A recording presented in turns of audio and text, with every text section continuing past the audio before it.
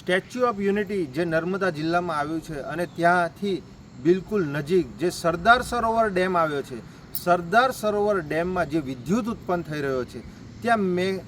મેલ્કો India private limited કંપનીના જે કર્મચારીઓ છે, જેઓ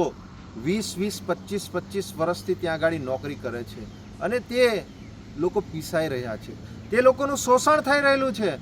પણ તેમ છતાં સરકારમાં બેઠેલા નેતાઓ એ બિલકુલ એમનું સાંભળતા નથી. એમણે વારંવાર ઉપલા લેવલે પણ રજૂઆતો કરી, પણ એમની માંગણી કોઈ પણ જાતની સંતોષાતી નથી. આ જે વિદ્યુત ઉત્પન્ન થાય છે સરદાર સરોવર ડેમમાંથી, એ મહારાષ્ટ્રમાં સપ્લાય થાય છે, મધ્યપ્રદેશમાં સપ્લાય થાય છે, ગુજરાતમાં સપ્લાય થાય છે. દિવસે ને દિવસે વીજળી એટલી મોંઘી થઈ રહી છે, પણ જે ઉત્પન્ન કરી રહેલા જે મજૂર વર્ગ છે, જે કામદારો છે, આજે તેઓ છેલ્લા 20-25 વર્ષથી ત્યાં નોકરી કરે છે અને ઘણા આગેવાનોની વડીલોની ઉંમર 55 વર્ષ છે, 57 વર્ષ છે, 52 વર્ષ છે, 51 વર્ષ છે અને જે લોકોએ ડિગ્રીઓ મેળવી છે, આજે તેવા લોકોને પણ લઘુત્તમ વેતન પ્રમાણે ત્યાં ફક્ત 17,000 રૂપિયા ત્યાં આગળ ચૂકવવામાં આવે છે. એમની સ્કિલ પ્રમાણે આજે એમણે જે લેવલ પ્રમાણે જે જવાબદારી આપવામાં આવે એ આપવામાં નથી આવતી અને ત્યાં જે લોકો બહારની એજન્સી, બહારના લોકોને 50,000, 80,000, 1 લાખ રૂપિયા વેતન આપવામાં આવે છે, જ્યારે અમારા સ્થાનિક લોકોને ફક્ત 17,000 રૂપિયા ત્યાં આપવામાં આવે છે. એ લોકોએ અગાઉ પણ હડતાલ કરી, મંત્રીઓ મિનિસ્ટરોને મળ્યા, પણ તેમ છતાં એમનું કોઈ સાંભળવા માટે તૈયાર નથી. છેલ્લા 9 દિવસથી એ લોકો હડતાલ પર હતા અને એમની જે માંગણીઓ હતી એ ખૂબ વ્યાજબી માંગણીઓ હતી. તેમ છતાં પણ એજન્સીના જે પણ પ્રતિનિધિઓ છે એમને આજરોજ અમે બોલાવ્યા, એમની જોડે વાતચીત કરી છે અને એમનું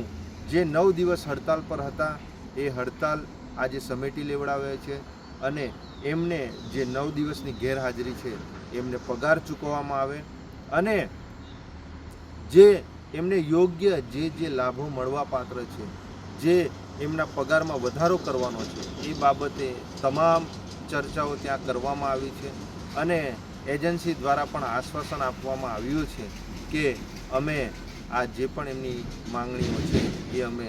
એમની સંતોષી છે અને આવનારા દિવસોમાં એમનું સુખદ નિરાકરણ લઈ આવશું. એના માટે આજે 150 લોકોની જે હડતાલ ત્યાં હતી એ આજે સમેટાઈ ગયેલી છે. પણ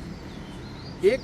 એજન્સીનો પ્રશ્ન નથી, આજે સમગ્ર ગુજરાત, સમગ્ર દેશમાં આ ભારતીય જનતા પાર્ટી દ્વારા જેટલી પણ જે એજન્સીઓ છે એ લોકો ક્યાંના લોકો છે, શું કામગીરી કરે છે એ કંઈ જ નહીં, પણ તમામ વિસ્તારોમાં આજે સરકારી કચેરીઓ હોય,